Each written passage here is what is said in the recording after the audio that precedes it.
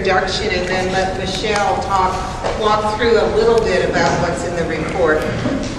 Thank you, Bill. To tell you a little bit more about Affordable Housing Advocates, it's a coalition group.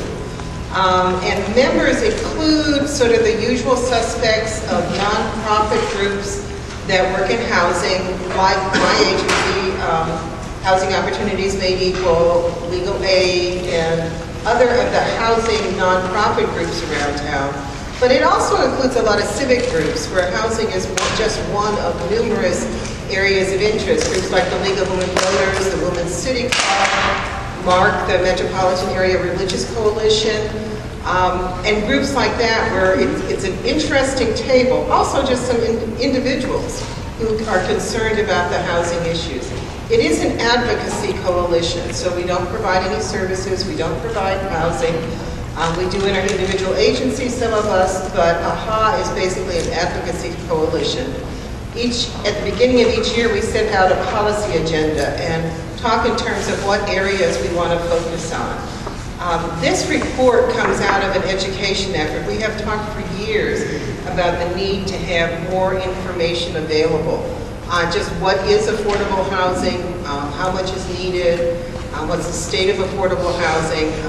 We have tried over the years to get funding to do that and we're unsuccessful. And so we finally just said, look, we can do this. There's information out there.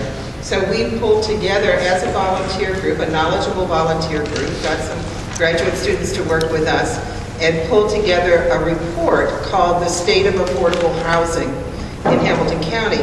It was issued in June of this year. It's available on our website.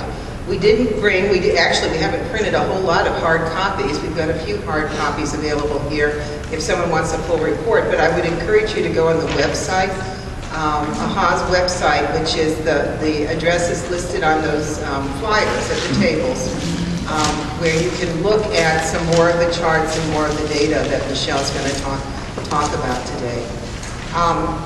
This is just one of numerous educational efforts that AHA is going through. Another educational part of what we're doing is to try to get the community and the public at large to better understand what we talk about as the face of affordable housing. People have stereotypes in their heads when you talk about affordable housing, and we want it to be clearer about who we're talking about, what we're talking about, and try to break up some of those stereotypes. Other communities have had major media campaigns. I know I have family in Minnesota, and I remember seeing the billboards about the face of affordable housing with a picture of the fireman or the teacher up on the billboard.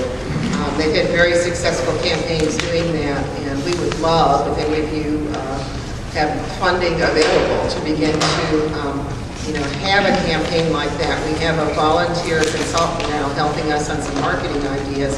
What we don't have is funding to actually implement stuff.